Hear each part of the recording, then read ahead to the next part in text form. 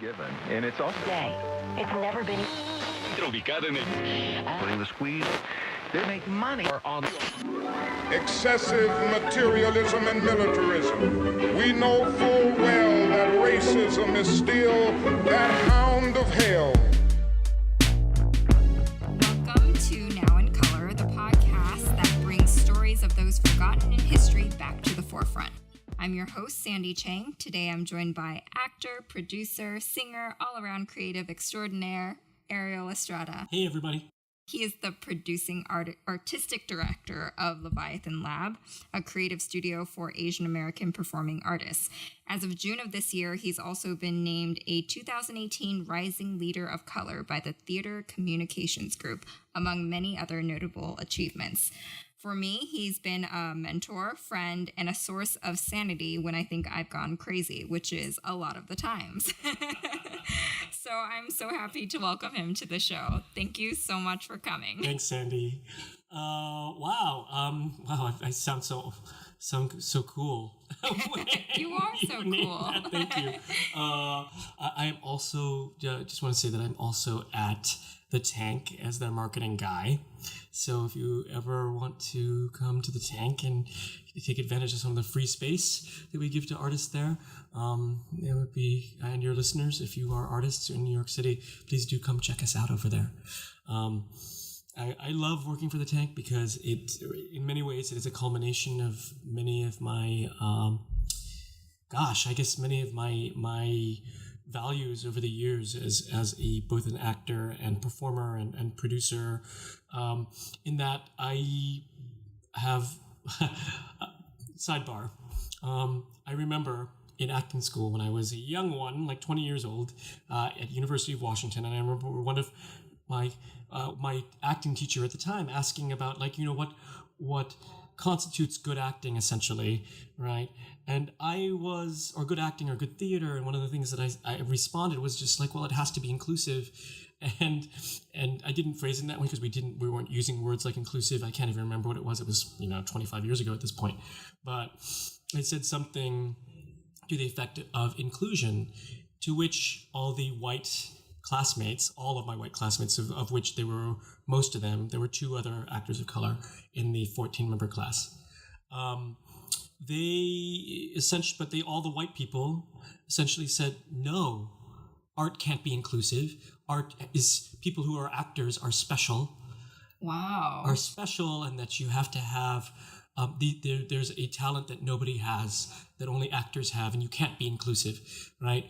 And what they were really saying, it's not that they weren't wrong on some level, because there are many people who most people can't do what we do.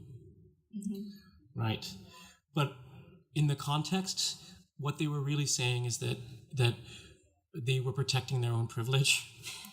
Right. And I wish I could, again, it was 25 years ago, so I cannot remember the conversation exactly, but I remember how I felt, which was that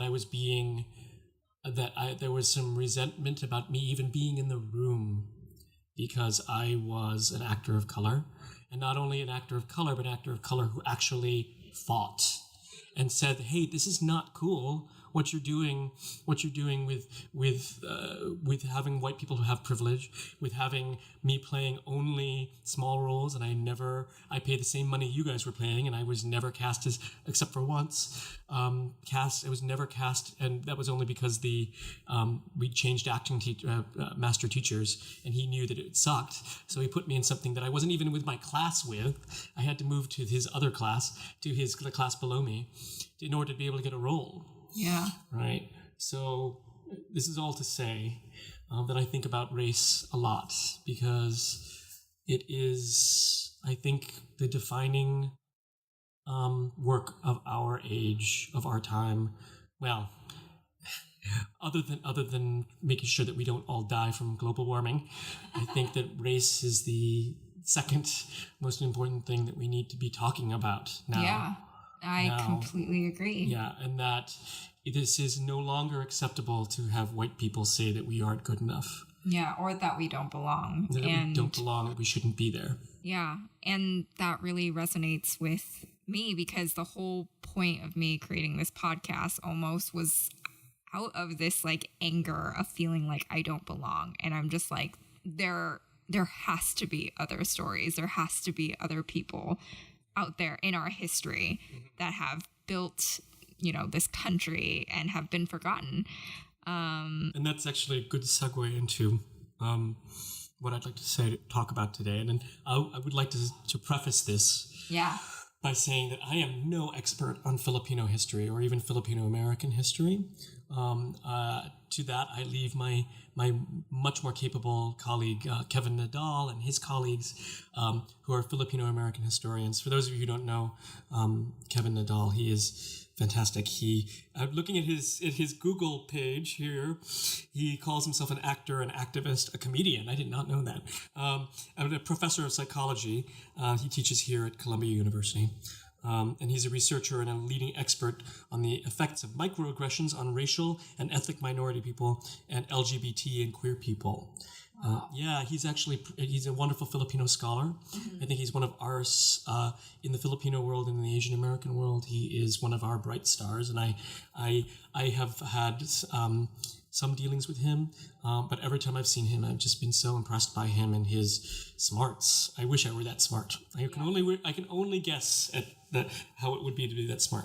But I do know about a little bit about the Philippine-American War, which most people do not know about. And one of the reasons I don't know about anything or as much about it as I should as a Filipino-American, since this is a podcast, you can't see me, and you can't, even though that's not necessarily a good way to tell if I'm Filipino or not, but definitely by my name, Ariel Estrada, and then seeing my looks, it's like, how did you end up with a Spanish name and you look Asian? Well, probably Filipino. And that actually deals pretty strongly with what we're talking about with the Filipino-American War. So you can't talk about the Filipino-American War without talking about the Spanish-American War. And the Spanish-American War was back in, and I'm just looking at my notes here, back from 1898 to April 21, 1898 to August 13, 1898. It was not very long. And it was actually about about Cuba and their disputation of rights of basically ownership between Spain and the United States of Cuba, right? Of which we know how that ended, and it continues to keep going. But as part of that, the Philippines also became in dispute because Philippines was one of the Spanish territories. If you don't know, this is a very short history of the Philippines, and a lot of the work a lot of the stuff that I know about from the early history of the Philippines. And pardon me here if you hear me digging into my bag, because I'm digging into a book here. Right now, I'm reading a book called Brown Skin, White Minds by another wonderful scholar, Filipino scholar, E.J.R. David. Actually has an afterword in this book by my friend Kevin Nadal. And it's fantastic. It's been a hard book to read. The Spanish-American War led to the Filipino-American War in that in a nutshell, and this was all around the same time, around 1898, once the Americans won over the woefully outmatched Spanish at this point, they, of course, one of the ways how they won in the Philippines was that the Americans won in the Philippines was that they basically helped the Filipinos at that time were rebelling against the Spanish and were looking to rebel against their colonial rule. They had been there for 500 years, right? And for those of you who don't know, here's a brief history of the Philippines. We have essentially been a colonized people like forever. They have before the Spanish, we were colonized by the Chinese, and before the Chinese, we were colonized by the Arab world as well. So, that was it was one of the reasons that there is there's a 1% Muslim population in the Philippines, that it's still alive and well today, because of Arab influence in the Philippines, and the Spaniards were really just a part of the long colonization of the Philippines. That said, the Filipinos themselves, the Tao was the name of the people, the native people of the Philippines, had this beautiful culture. They were a independent people. It was a matriarchy, which still reflects in the Philippine culture today, right? Filipinos in general do not have a problem with women being in charge, hence 2 women being our president. And that comes all the way back to the fact that it was a matriarchal culture and that the Spanish never really could eradicate it from us, or anybody for that matter could eradicate it from us. That said, it also leads to some spectacularly horrible cultural results in the fact that women are sort of considered the breadwinners, and that women are essentially the largest export of the Philippines. Right? Oh, wow. Right. And then, I was just in a play real recently called Dema Feliz, written by a white guy, but it was, thank God somebody's talking about it. And I also did a production with Leviathan Lab called Migration Nation that also dealt with this a couple years back, about the overseas contract worker in the Philippines, right? That the largest amount of money that comes into the Philippines, or actually it's not the largest, I guess it's 30% of the GDP, is from remittances, meaning that people sending money back home from the Philippines to the Philippines, right? So you can see, despite all the problems, the human rights violations that happen with these poor women, and it's not just women, it's also men, but it's mostly women, who are being exported out of the Philippines, out into, we hear a lot about what happens to Filipinas. The Pinays also is the Filipino term for it. In, say, the Arab world or in the Middle East, right? But that's partly due to a function of racism, right? We only hear about what happens in the Arab world because there's what's the word? There is a agenda of certain people of certain people to make the Arab world look bad. But it's not just the Arab world. Yeah. It happens in America. It's essentially a indentured slavery. And Taiwan, too. And Taiwan. Because, I don't know if this is okay to admit, but my grandparents on both sides, they had, growing up, I always thought they were just like maids or something. But now as an adult, I'm like, oh, these were Filipino women who came to work for basically nothing for us. Yeah. And it's, it's problematic. Yeah. And it's like, it wasn't your fault. And in a lot of ways it isn't. We have a government too in the Philippines that's not willing to fight for its citizenry. Why would they? 30% of the gross national product comes in there. And, and this is a function of colonialism, right? We have independence ostensibly in the Philippines, but we're still trapped by our history. Still trapped by the colonialism and the horrible training we got from the Americans, from the Spaniards, from everybody who ever came in, but mostly in recent history about Americans and Spaniards. Briefly, about the Philippine-American War, where 1 million Filipinos died. And depending on who you talk to, 300 to 6,000 Americans died. I am more prone to believe that 300 died than I am to 6,000, because basically you have a bunch of people with machetes and bolo knives and maybe yo-yos. I understand from one of your previous podcasts, somebody was talking about yo-yos. In a previous episode, we mentioned the innovator of the yo-yo. We didn't talk that much about it, but... It's so interesting. I have to say, it's a quick sidebar that yo-yos are a Filipino invention, and they're actually a weapon. And I don't know if you know this about me, but I might have told you that I was a martial artist in my youth. Yes, you did tell me that. Yes. Yeah, I should have put that in the bio that I wrote up for you. that's a subject for a whole nother podcast about my problems with martial arts and how I think that in a lot of ways it's a lot of bullshit. But that the way that at least Americans teach martial arts, well, anybody teaches martial arts, is something that I disagree strongly with now. I question whether it's about empowerment and more about it's so prone to corruption, the teaching of martial arts, that I question its value or efficacy in teaching anybody to protect themselves or defend themselves, right? I think that self-defense classes are great, but I probably will come back to this because it is one of the defining events of my life, was that I was a full contact martial artist as an openly gay man in the 80s, in the height of the AIDS crisis. And that led to a lot of interesting experiences. Let's say, I'm actually writing a show about it. Writing a solo show about it. Do you want to get into it, or do you want to wait? I'll talk about it a little bit. Yeah. I'll finish up about the wars. A million Filipinos died at that. Even though Filipinos had they had already declared independence at that point. Even though the Filipinos had declared independence, the Americans didn't accept it or understand it or even acknowledge it.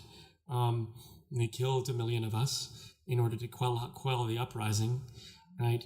And I mentioned the Tao, the Filipino people, right? There is this in the book that I mentioned, Brown Skin, White Minds, which is really killing me right now to read. I'm reading it as part of my research for my show.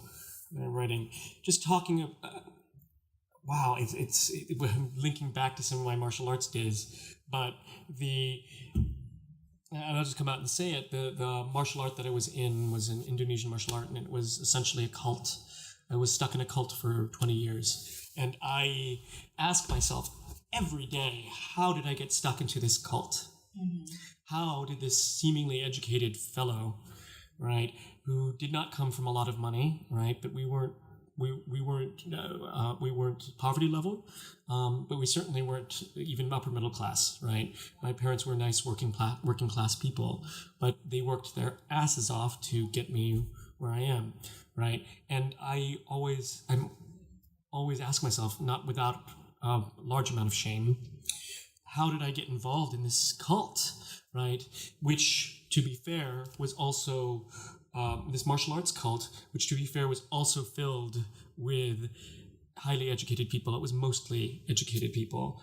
I went to school at Lewis and Clark in Portland, and there were people, college educated people from Reed, from these sort of like fancy liberal arts colleges, right? Reed and Lewis and Clark, and and University of Portland, and these people who were not dumb, and most of them were white, right? However, this was also a queer school. It was also filled with a lot of lesbians, and it was run by a lesbian. And originally it was a women's only school, right? So I ask myself every day, how did I get involved in this? How did I get so trapped in this for 20 years? I even helped open a school here in New York City. For 6 years, I was part of a school here that we ran a school on 14th Street and 8th Avenue. And it was, and I dropped out of the business, out of acting for 6 years. How does this all relate to the Philippine-American War? Well, after the war, right, and remember, the war was back in 1898, which I said, the Filipinos were still involved with the Americans. The Americans were basically had the Philippines as a colony up until 1946, right? They did not leave until 1946, and honestly, they really haven't left, right? They, only in recent history, in the last 25 years, did they actually leave the Philippines. They still had military bases there all the way up until the Clinton years, right? But the effect of American colonialism on the Philippines went way beyond that, right? We have, and again, I'm no historian, and I only know what I've read basically from both the book that I mentioned, Brown Skin, White Minds, and other research that I've done about that time. Because again, grew up in America. We aren't taught these things. History belongs to the victors, to the winners, right? Yeah. And the winners don't like to look like they're assholes. Yes. It wasn't until high school, for example, that I knew about Japanese internment. Right?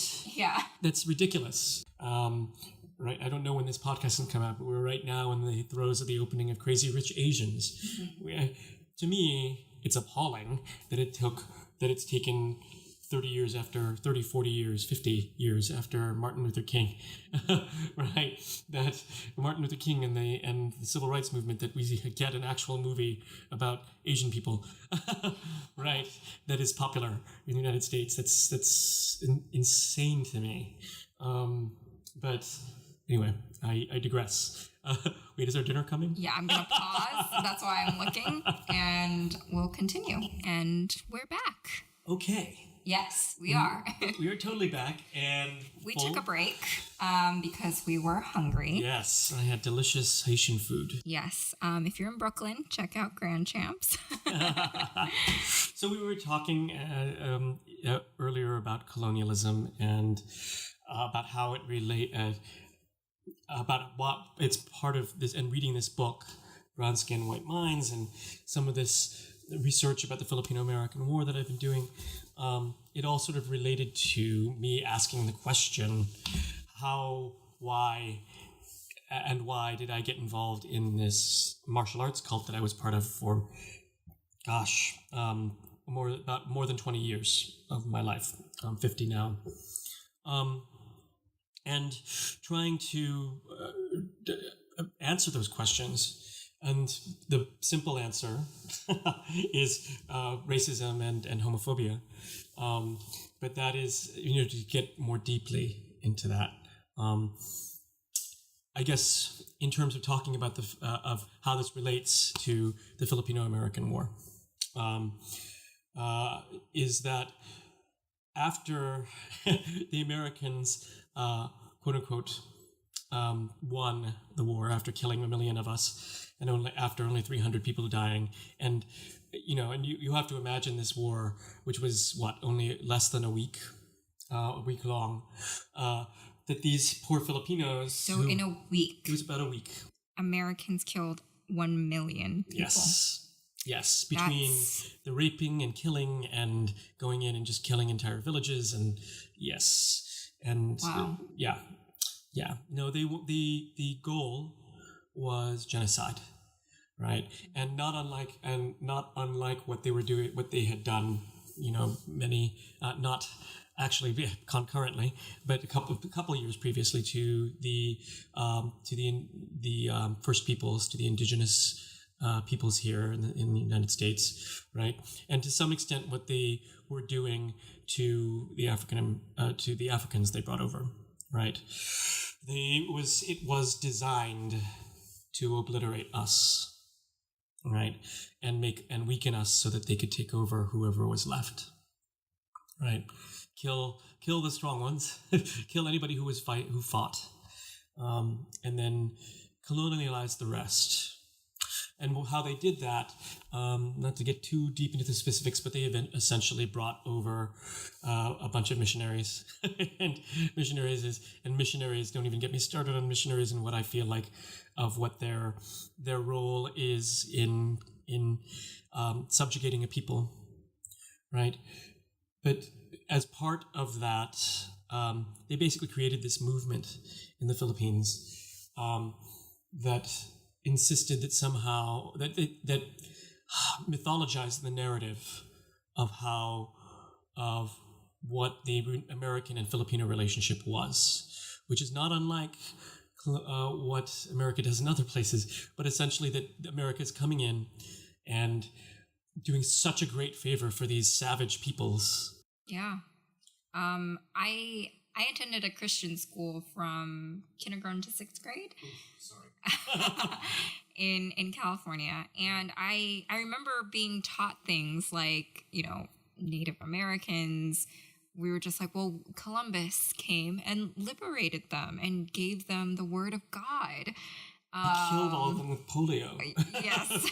and then he subjugated the rest, and then Yeah, so I remember that very clearly, of just like this idea of like, oh, well, manifest destiny was just our way of like spreading the word of God to the West, basically.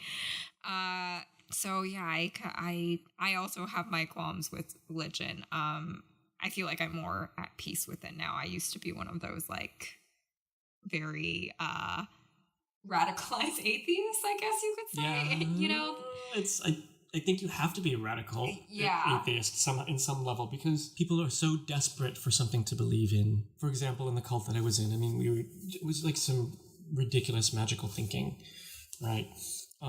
Where somehow our lives were going to be destined to do these certain things, and that we had a healing modality, for example, where we could wave away from our aura things like cancer or addiction or depression, and because of it, somebody died, as part of this organization that it was in, as part of those beliefs. It was a procedure called an erasure, where you're trying to erase the illness from you, right? And and a lot of it was like stolen from some of her stuff was stolen from Louise Hay's "You Can Heal Your Life," which I think is just such bullshit, right? There's so much of it is so blame the victim, right? Of you. Somehow any illness that you have is somehow your fault, and it's just like, wow, that is just some fucking bullshit there. And I'm thinking about this pretty deeply right now, because in terms of thinking about colonialism, because everything that happened in this cult that I was in mirrored sort of the 4 stages of colonialism, of how somebody goes in. The first stage, of course, is killing people. It's slaughtering a bunch of people. And the second stage, which the Philippines went through after the war, which was just coming in and convincing them of like what good people you are, and that you're there to liberate them, or that your the dominant culture is so much better than what you came from, right? Despite the fact that the Philippines had this beautiful matriarchal society that had trade, that traded between the islands, that lived in peace, that had gorgeous art, that celebrated sexuality and women in a way that few cultures do, right? And but not just celebrated women, celebrated men too. I mean, it was just a gorgeous society, right? And then, of course, the Spaniards came, and the Americans came and fucked it all up, right? And basically taught us to hate ourselves, because that's the third phase of colonialism, which is then once you provide this alternative of this beautiful life of the conqueror, right? And how then you can, the next phase is to convince people, or is to convince them to hate themselves. Wow. Yeah. And the fourth phase, of course, is just them living it and perpetuating it among themselves, which of course the Philippines is deeply in, and not just the Philippines, but any subjugated society that you would find.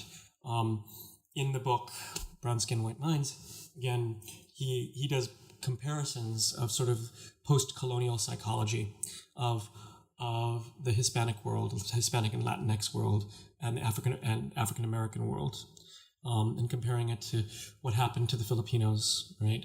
And it's so much of what this colonial mindset does to people psychologically is so harmful and very similar between the different communities of color.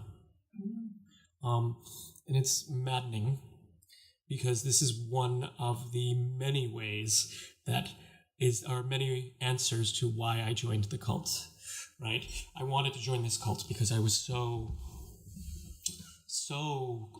freaked out about being gay, but also being brown and being Filipino, and like somehow that there was something wrong with me, right? These people that came over,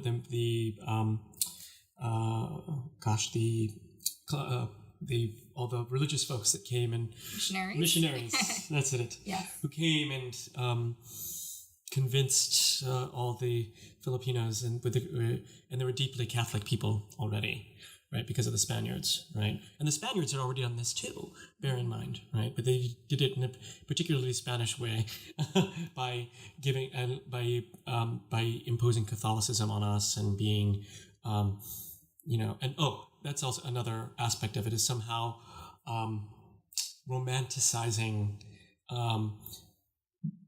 anything that's white, right? And that if you're half white, you're somehow more beautiful.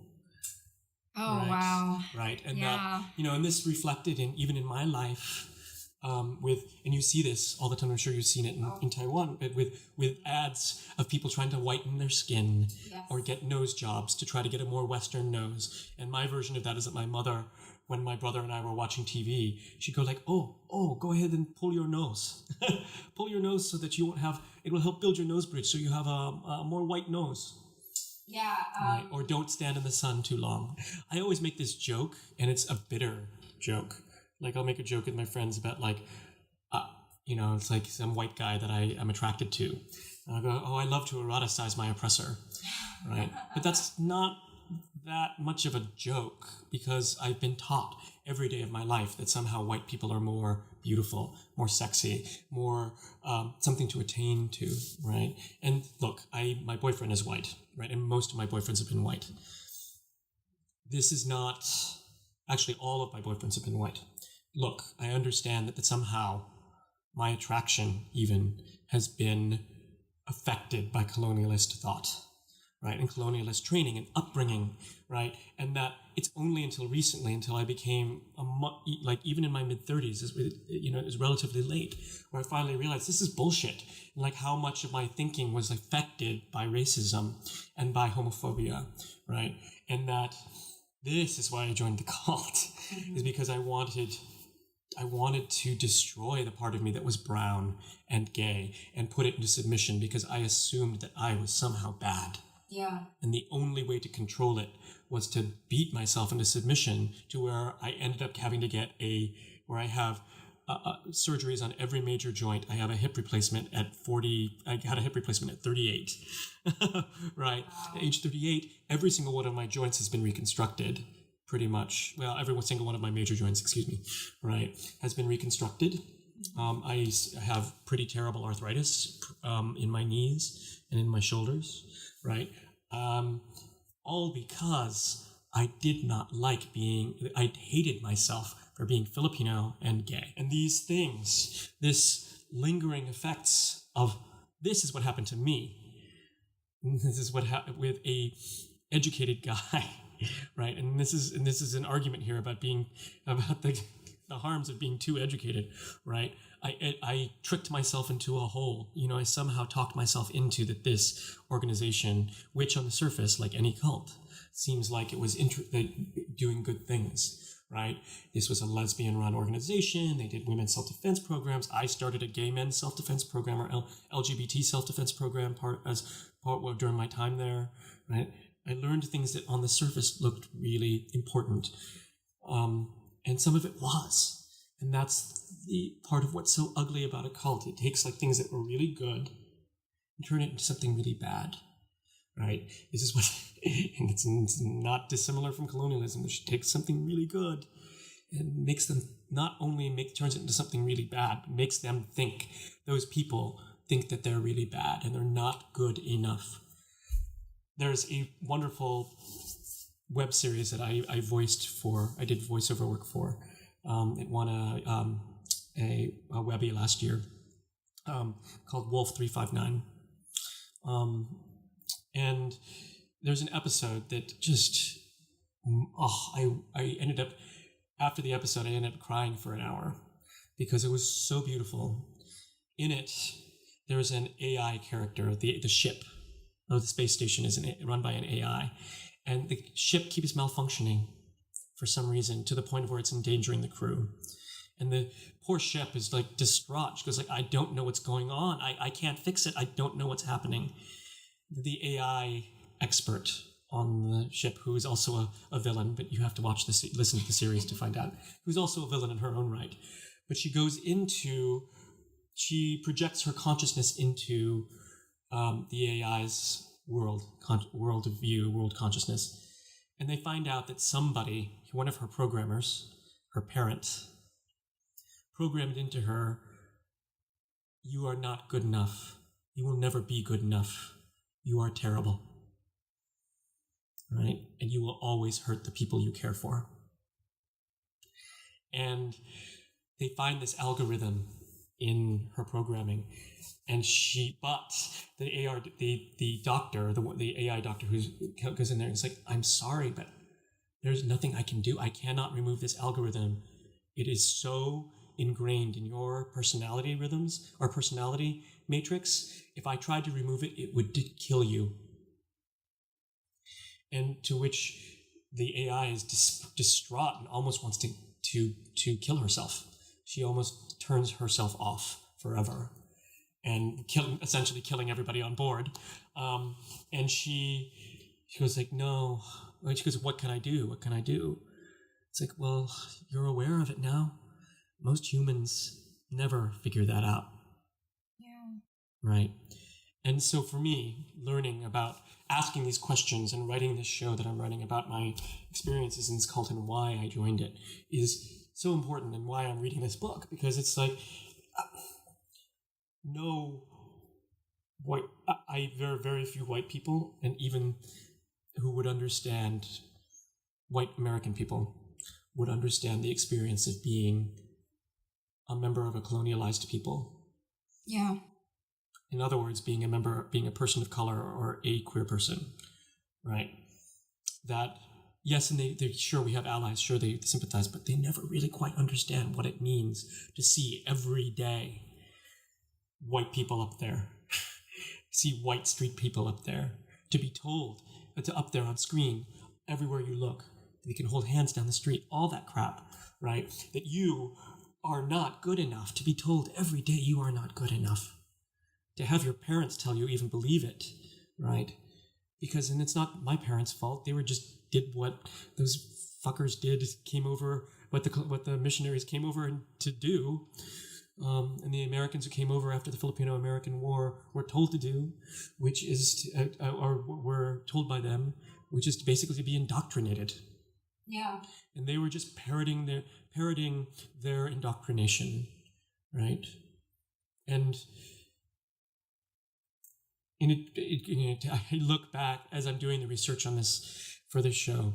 I'm also researching sort of the history of the martial arts cult that I was part of, and like how much of the grandmaster of the guru of this system, he was also a victim of colonialist thinking in his home country of Indonesia, right?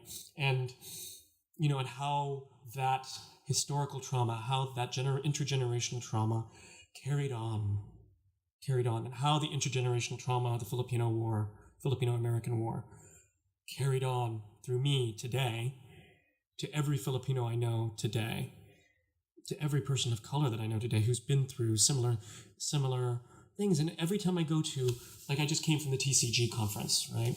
And it was such an inspiring experience because we got to be among all these theater makers of color and realize that we all had the same goal on some level, which is to recover from that training, recover from that indoctrination, to be the AI doctor in Wolf 359 to the AI and say, at least you know. This reminds me of a conversation that we had a couple of weeks ago about like what happened during the Oscars with what's his name? Chris Rock, doing that horrible joke making fun of Asians. Oh, right. Right, and somehow it was okay. Joke. Yeah, exactly. And then somehow it was okay to make fun of Asians. Yeah. And we called him on it. Mm-hmm. And then the Black community came up in arms with a viral. I probably know the person who came up with the hashtag campaign. I will not say her name, but they probably came up with the campaign against our calling Chris Rock out, which was hashtag not your mule, which was the absolutely worst response that the African American community could have had, right? Look, I'm not going to tell African Americans or Black people to how they're going to deal with racism in their own communities. But when they're starting to be racist against us, I think I can say something. It's interesting you bring that up because that's something I just talked about today of how there is so much just fighting amongst each other, amongst people of color. And what is so frustrating is that if we just banded together, we could accomplish so much. And not only is there like the overthrow of the white patriarchy. Just kidding. Exactly. Just kidding.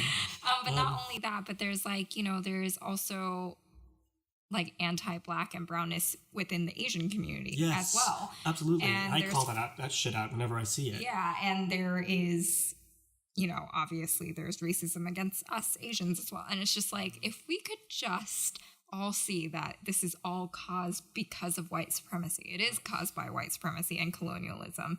If we could all just see that and become aware of it, like the AI. Right. And it's be aware of it and so we could go towards fixing it. Yeah. It would be really great if we had more white people seeing it and realizing it too. Look, I mean, I love my boyfriend. The reason I brought that up, I love him, but he doesn't understand. Like he really he's like, oh God, you're doing that again?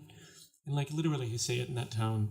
And I'm like, I'm doing it again because I was just following the fucking bodega, right? And Jesse was just like, and like when he hears us tell these stories and share it, he's horrified. But I think he's horrified in a way that only the very white and privileged can be, right? Sort of like, oh, that doesn't happen to me and I don't see it, so therefore it doesn't really happen, right? Like it's somehow still our fault. And every single boyfriend I've had, every long-term relationship I've had, we've had this variation of this argument.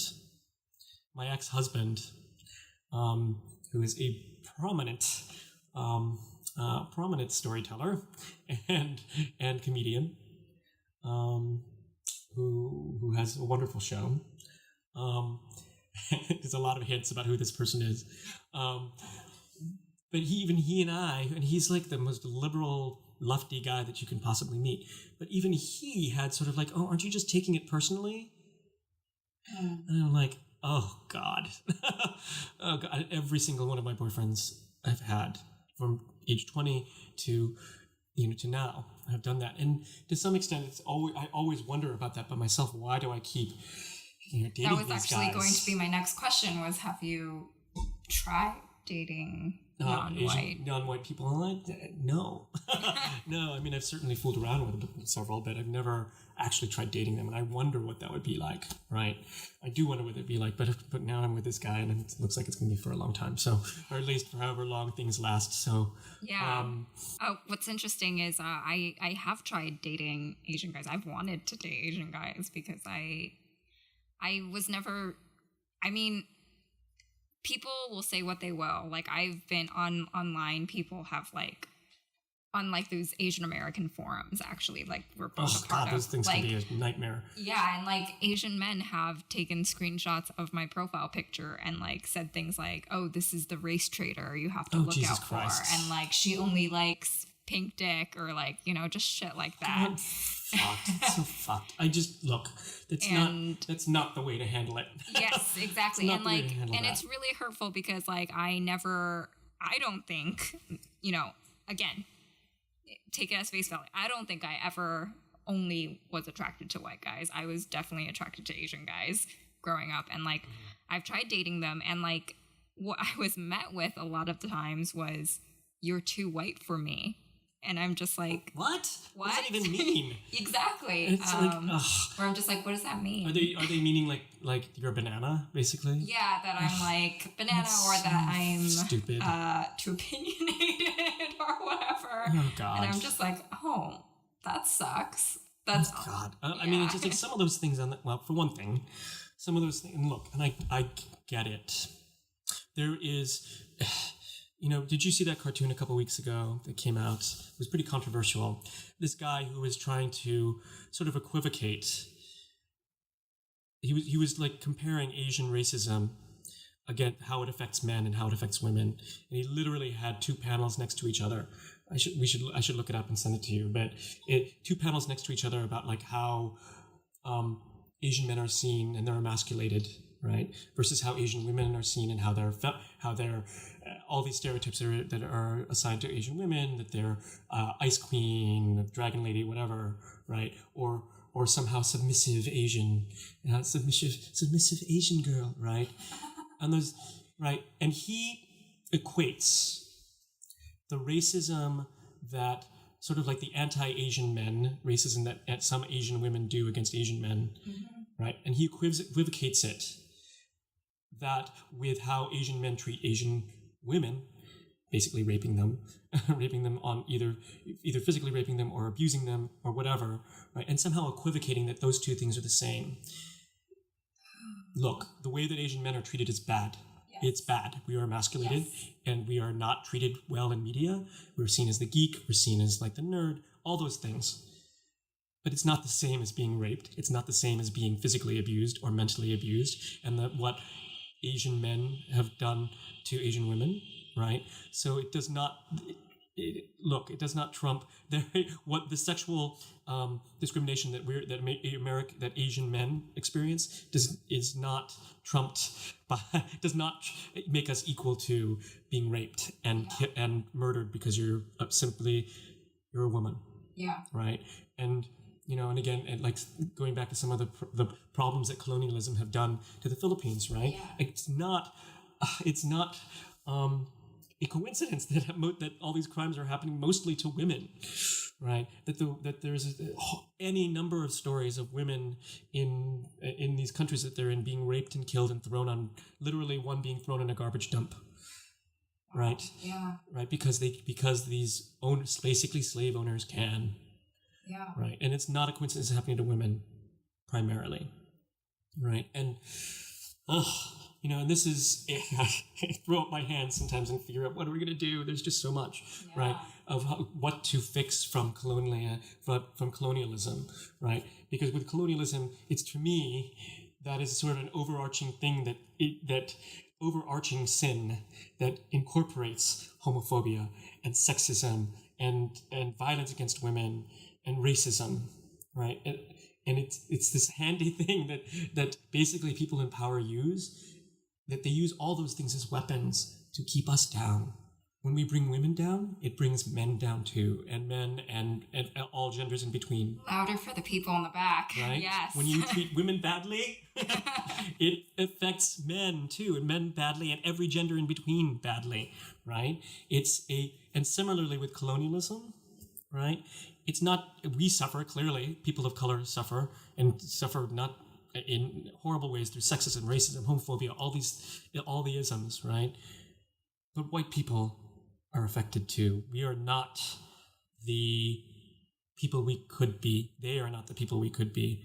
We're not a society we could be. With all of this, I know, we started from the Philippine-American War. We went to how it affects society today, and me, and all that, and you, and what I'm trying to say is like, it definitely affects all of us, and it's so not that toxic. I have any sympathy, and it's detrimental to a lot of our mental health. Like I'm definitely in therapy for it. This is like one of my main topics in therapy, which is like, how do I combat like the constant gaslighting and microaggressions and the constant just stressors and barrage of everything.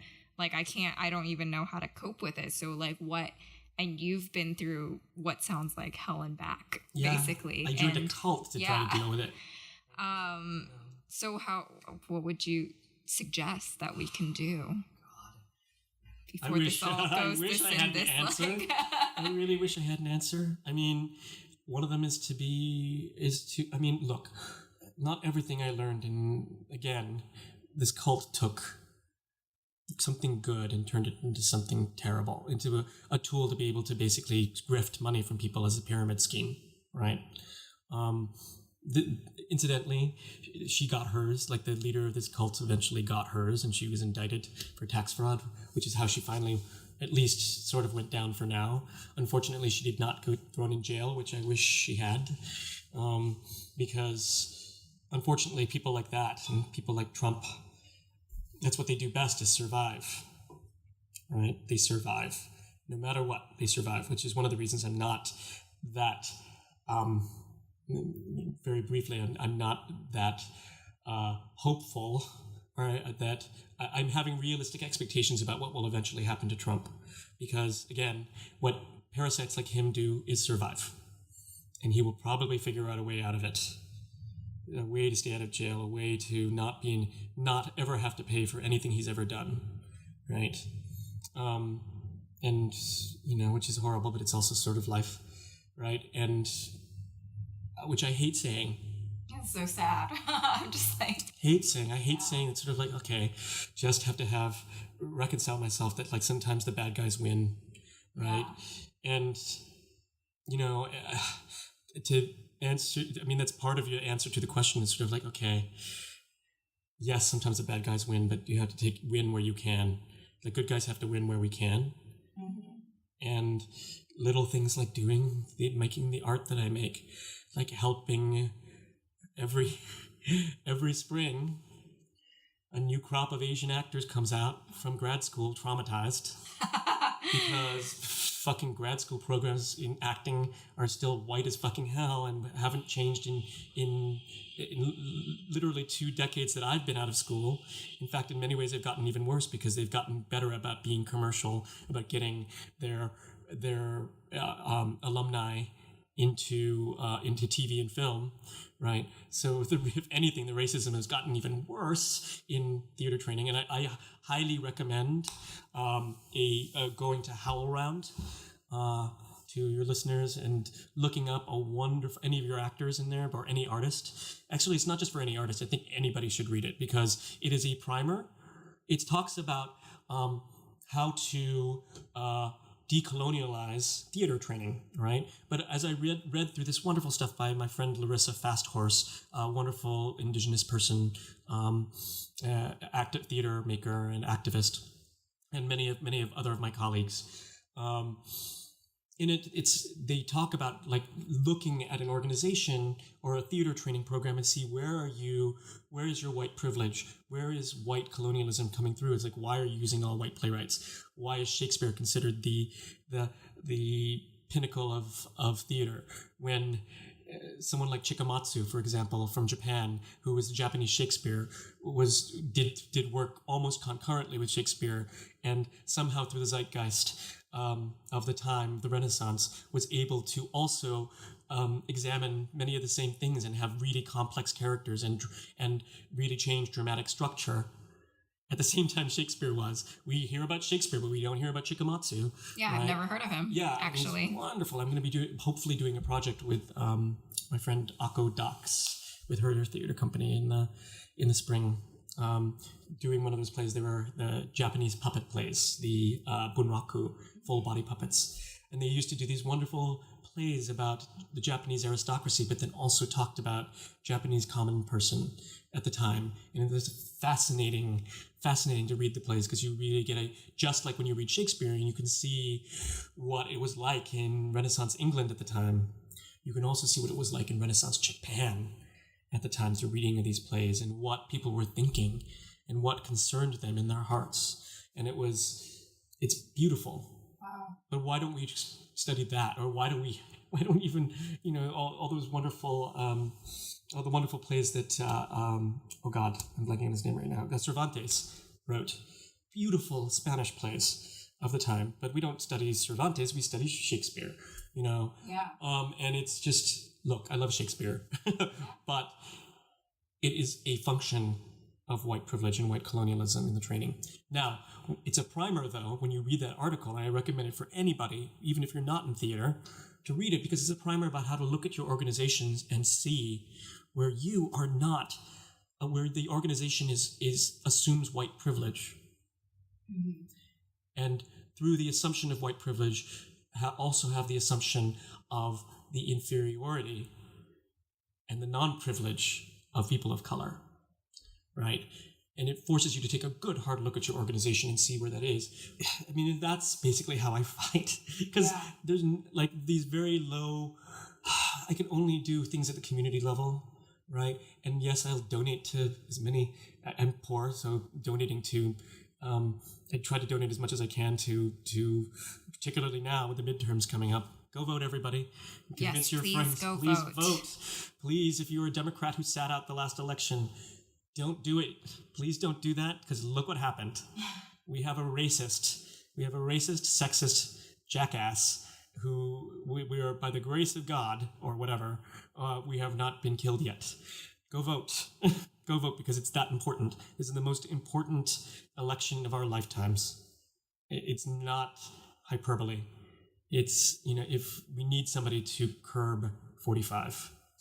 Yeah, right now is not the time to be edgy or cool and think voting does not matter, because voting very much matters. And I've heard from so many men, usually white men, who are just like, oh, I don't think voting matters. And it infuriates me. It's the one thing that I still strongly believe in. Like, I know the Russians probably interfered and everything, but I strongly believe in voting. Like, it's the one thing that we can do. Like, you can go protest and wear pussy hats all you want, but if you don't vote, you can, you have to vote.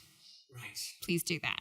So that's one thing you can do, but mostly, again, it's mostly community. And not everybody can do this. I mean, I've dedicated my life to this, to making art. And not just any art, because I could be, with my skills, I could be at like friggin' Lincoln Center or something, or MTC or any of sort of like the Broadway houses working for a commercial venture. But I do not do that. And I have fought tooth and nail with some of my old collaborators over this. But I will fight to the death to help emerging artists, to help early career artists, to give particularly artists of color, right? We don't get the 10,000 hours that our white compatriots do, our white colleagues do. They can be mediocre. Look, my parents, even they knew that to be brown in this country, to be black in this country, to be a person of color in this country means that you have to work. I mean, you've heard this a million times for women, right? Yeah. But it's the same thing with people of color as well. You have to work 10 times as hard to be seen even as one time as good as a white person. I want to help provide these kids their 10,000 hours. I want to make sure that there's fairness and equity and inclusion, right? And that when they see theater, when they see faces up on screen, when they see people up on stage, that the world actually reflects to what is up there, and it's not just white people with money. Yeah, it sounds like you're doing so much, and like, even though it does feel like all doom and gloom, I personally see a lot of hope in like a lot of the work that you do, and like it definitely inspires me, and I'm sure that a lot of other artists out there, artists of color. I mean, I know the two things that I would love to work on somehow is something that addresses, like we addressed earlier, briefly earlier, but addresses the roots of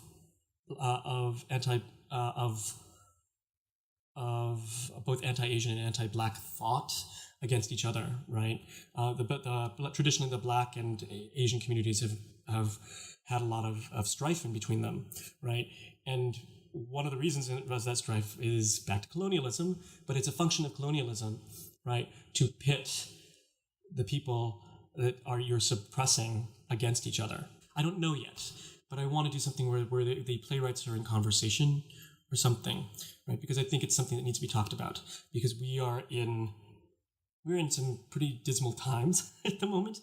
We can't afford to be fighting against each other. Yeah, I would love to see that. Yeah, I mean, anything I can do to figure that out, to figure out how we can work together more and stop fighting against each other more and support each other when oppression comes to our communities. That the violence against Black men and Black people, it's not just against Black men, but it's mostly against Black men now. The violence against Black people by the police brutality, that is not just a Black problem. That is all our problems, and we need to go in there and like bring police out on it, like go in and protest, and we go with them and join our Black brothers in fighting this, right? And because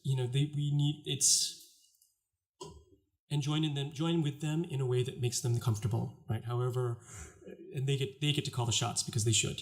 Yeah. Right. And they should, because they're the ones being killed, right? And same thing with anything else, that we should all show up for each other's stuff, right? And that has not been what has been happening in activism now, and it's being used against us. Has not been done with activism traditionally. And we are just now trying to fight against it and try to figure out, because they've figured out how to divide and conquer us. And that's what I'm sort of seeing, what I've seen with 45, right? People think that he, like, I hear all the time that he's dumb. He's not. He's such an idiot. That belie his dangerousness and belie the fact that he's a master at manipulating the media, belie the fact that he knows how to divide us, or at least the people around him know how to divide us, and but he has the willingness to do it, and to do it in a way that is the worst it could possibly be. We can't afford to not fight for each other now, because he and his cronies have made it so that have capitalized on our weaknesses, have capitalized on the fact that we do not fight for each other, that somehow black problems are not Asian problems, how Latinx and Hispanic problems are not LGBTQ problems, right? Women's issues are not everyone's issues, right? And that he has figured out how to beat us. And if we don't start coming together quick, it's not hyperbole to say that our democracy's gone.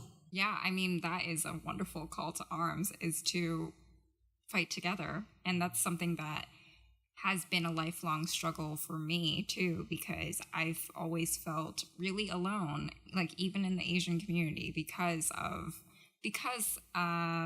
I do feel like for the most part, the Asian community has bought into the model minority myth and has bought into the fact that like we're not affected, but we really are affected, and like we're affected by what's happening right now, and we all need to come together, and like we need to stop fighting amongst ourselves, but also stop fighting with other people of color, and to really come together and fight white supremacy, basically. Yeah.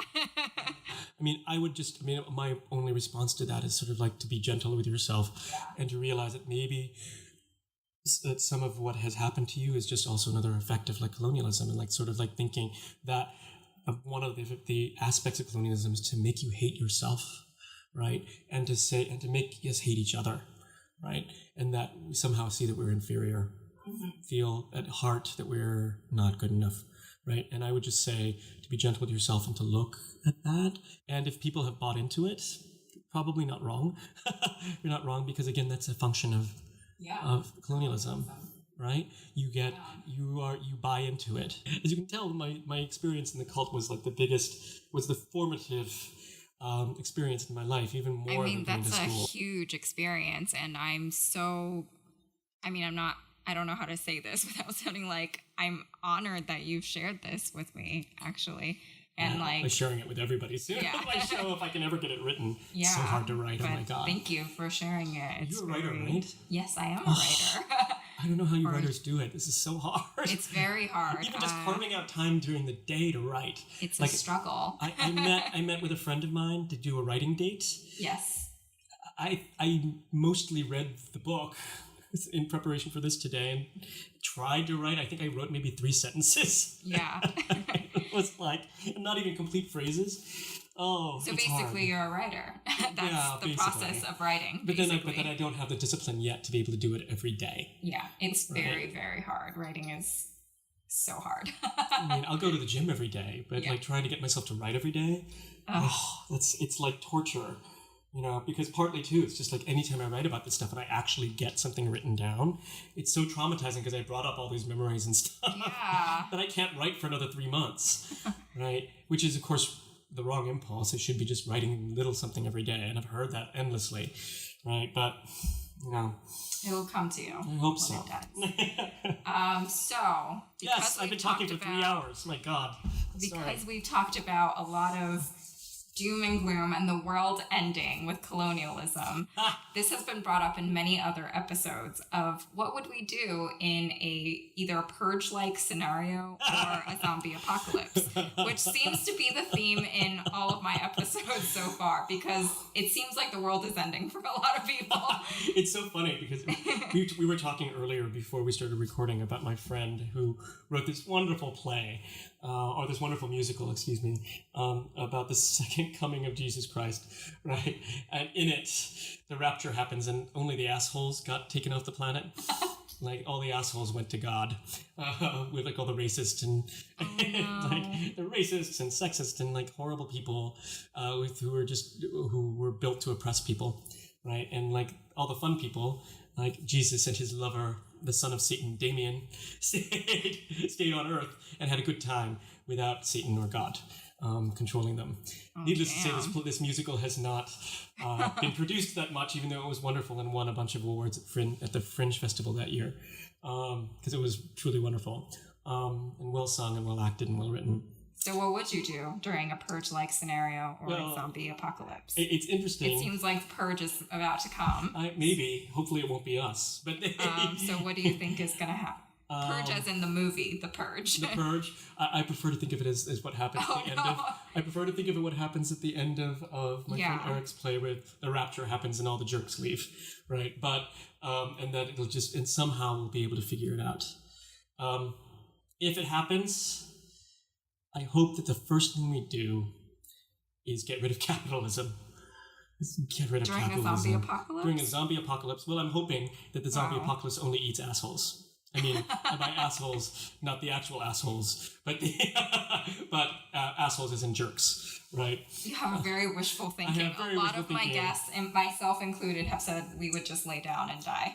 Yeah, I'm gonna try and change the scenario to give some hope. Yeah, I think you are an optimist in some ways. I'm a forever optimist. I'm very hopeful, even when I'm traumatized.